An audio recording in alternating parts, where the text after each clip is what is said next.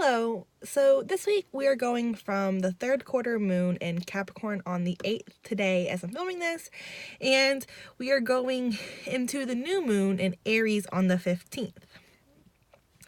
This is a fun week. We've had a lot of tension and it's starting to be like we worked through it. We've done good, and we're starting to be supported by the universe. We're starting to have things flow for us. So the third quarter in Capricorn, the third quarter is halfway between the full moon and the new moon. So going from this harvest, this culmination, to this setting of intentions, it's that breaking down process.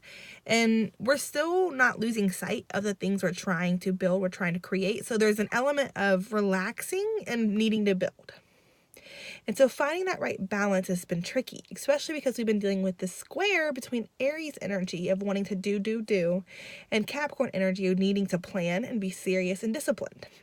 There's been a lot of pressure on ourselves about the future. There's been a lot of anxiety because we've been worrying about what's coming. And the more we can sink into the present and kind of just find peace with where we are now and just do what we can in the moment, the more this energy flows. And collectively, we have been doing that. And so the new moon in Aries on the 15th is all about setting new intentions. And Aries energy is about our path and our identity and what we want to do and where we're being brave and where are we stepping in to something in a new sense. Like, what are we beginning that we haven't done before? What pathway are we paving that no one's paved before?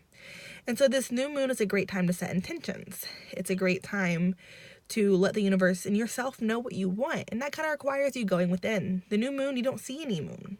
It's darker at night. And so we retreat inward and we deal with the shadow work that we need to deal with, and we listen to what's coming up. And at the end of it all, we kind of like, yes, this is what I want. This is what I want to bring to the table. So from this Capricorn energy to this Aries energy, we're going to be going through a breakdown from working hard to relaxing and then starting a new cycle. So we start the Capricorn moon. That is the hard work. Lately, if you've been getting lost in your work, it's been going well and you've been getting a lot done, and it's really good. When you're not working, you might feel anxious, so resting and relaxing can be hard, but we find our way to sink into it anyways. And if you can find work that is fun for you, even better. From there, the moon's going to move into Aquarius. Aquarius likes to change things up. You've done the work that Capricorn wants, and now it's time to give back, to connect to people, to have fun, to celebrate, to get kind of carefree with things. If there's any problems that need to be solved, it's a great time to come up with creative solutions.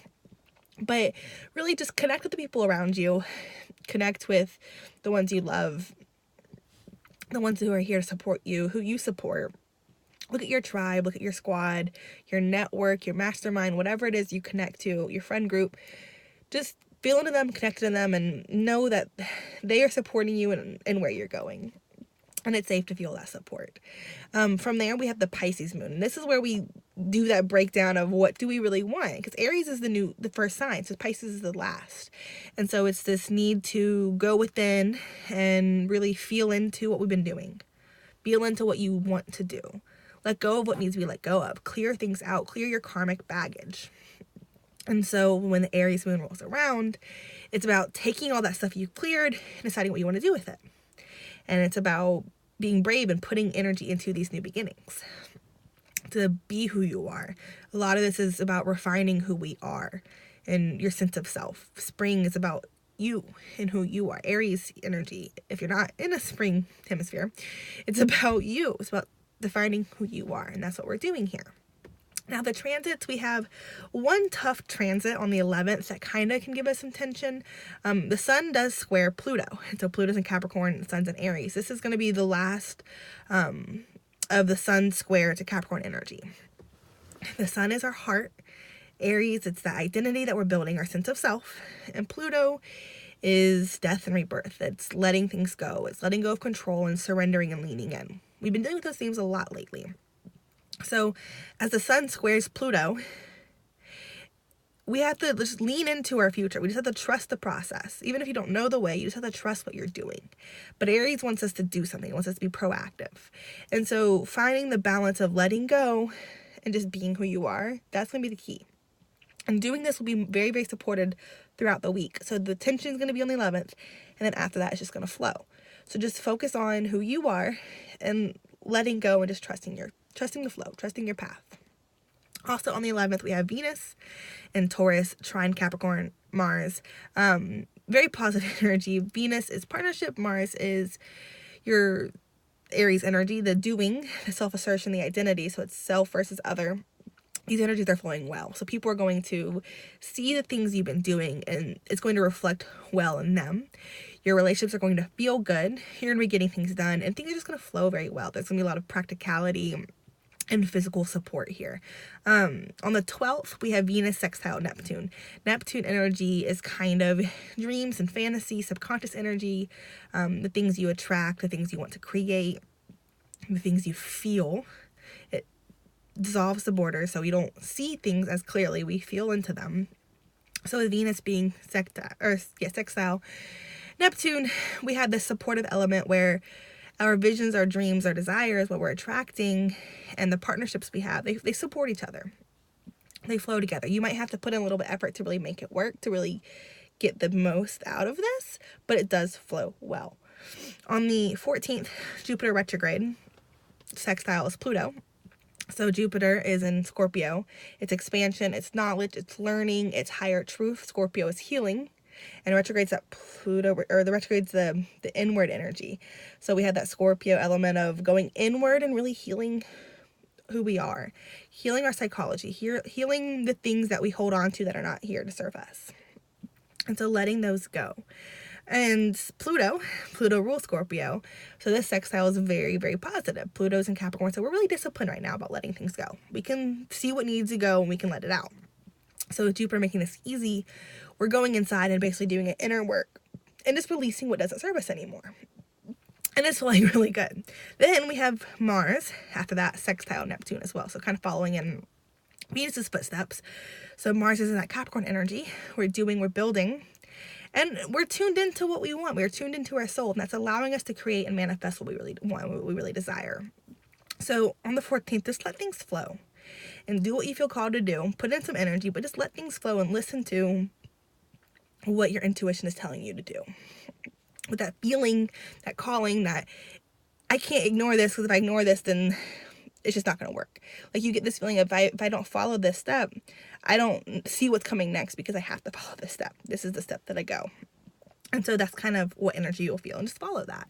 Then on the 15th, when we have that new moon, we also have Mercury going direct. And this is something truly worth celebrating about, because Mercury is our mind, and when it's retrograde, we have trouble communicating. Things don't flow as easily. Traveling might be harder because it's an Aries. There might be more accidents, prone to cutting yourself on sharp objects, or sharp people, your sharp tongue.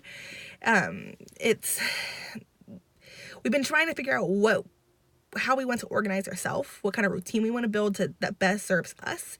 We've been trying to figure out what new projects to start that best serve us, how to mentally serve us, what do we need to communicate that's true to who we are.